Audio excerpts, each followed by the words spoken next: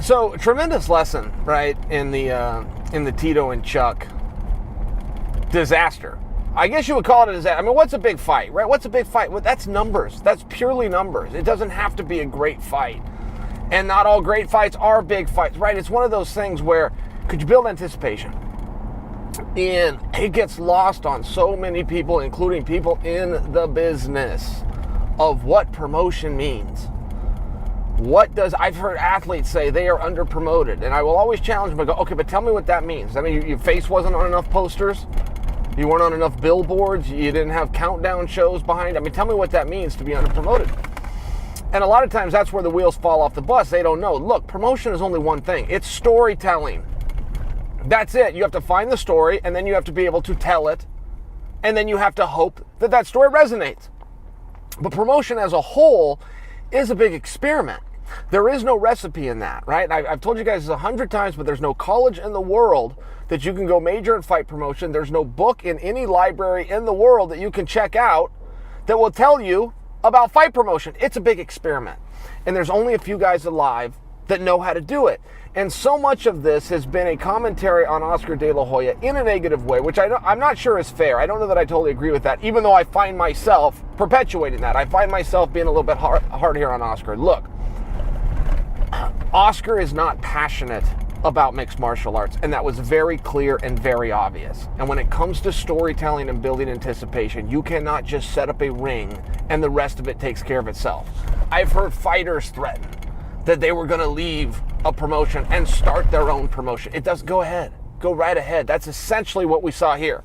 So Chuck and Tito come together, go to Oscar, pitch him on an idea that Oscar was never passionate about, he was never behind, with a story that he simply did not know how to tell.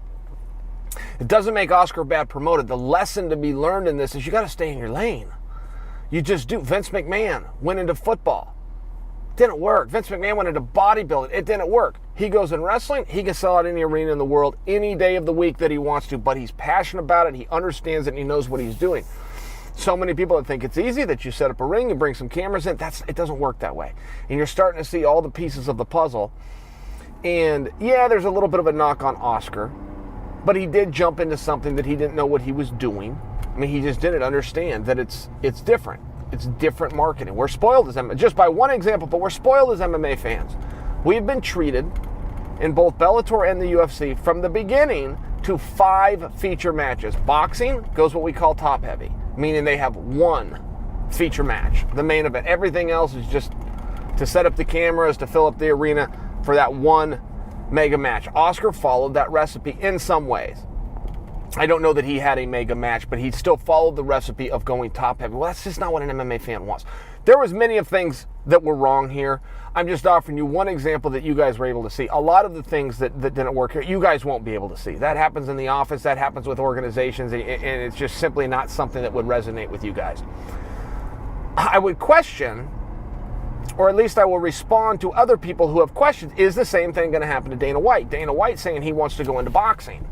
I would counter that by telling you, look, the biggest thing that Oscar missed, much like Vince McMahon when he went into football, Vince McMahon is not passionate about football. He is not an expert in football. Oscar, not passionate, not expert in mixed martial arts. Dana White's true love, his first love. Maybe he got beat out by mixed martial arts somewhere along the way, but still his first love is boxing. His son is currently, right now as we speak, a boxer. So there is a passion there. There is an understanding there by Dana. I don't know that he'll stub his toe.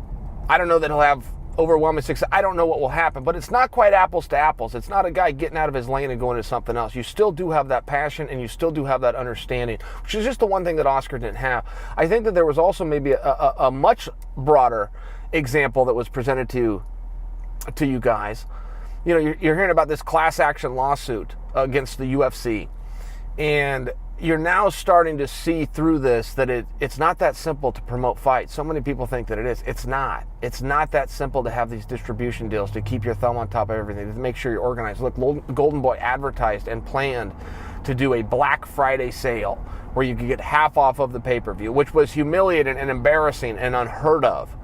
But they kind of tipped their hat to, look, business isn't so great, so let's all pitch in here together.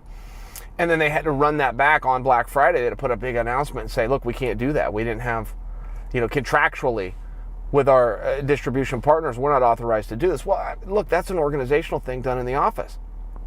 That's embarrassing. That's humiliating to not have checked that and done that ahead of time, but that still speaks to the level of leadership that it's coming from. So when you're hearing about some of these class actions and what's the split and it's, you know, it's all on the fighters, you're starting to see, well, no, it's not. The fighters have a tremendous part of this, for sure. But so does the promoter, so does the office, so does the organization, so does the event planner. There is a tremendous partnership amongst those two. And you can hash it out and discuss it, and it should be a 50-50 split, it should be an 80-20 split, it should be a straight contract. Kind of all these different arguments that you want to have, but I think what you're starting to see a little bit clearer is that all of those arguments are fair. But when you do business, you pick one model. All of those models are fair. But so is the UFC's. It's been very fair from the beginning, and you're starting to see the importance, and you're starting to see how much you're all working together. And if somebody's asleep at the wheel, bus goes off the road.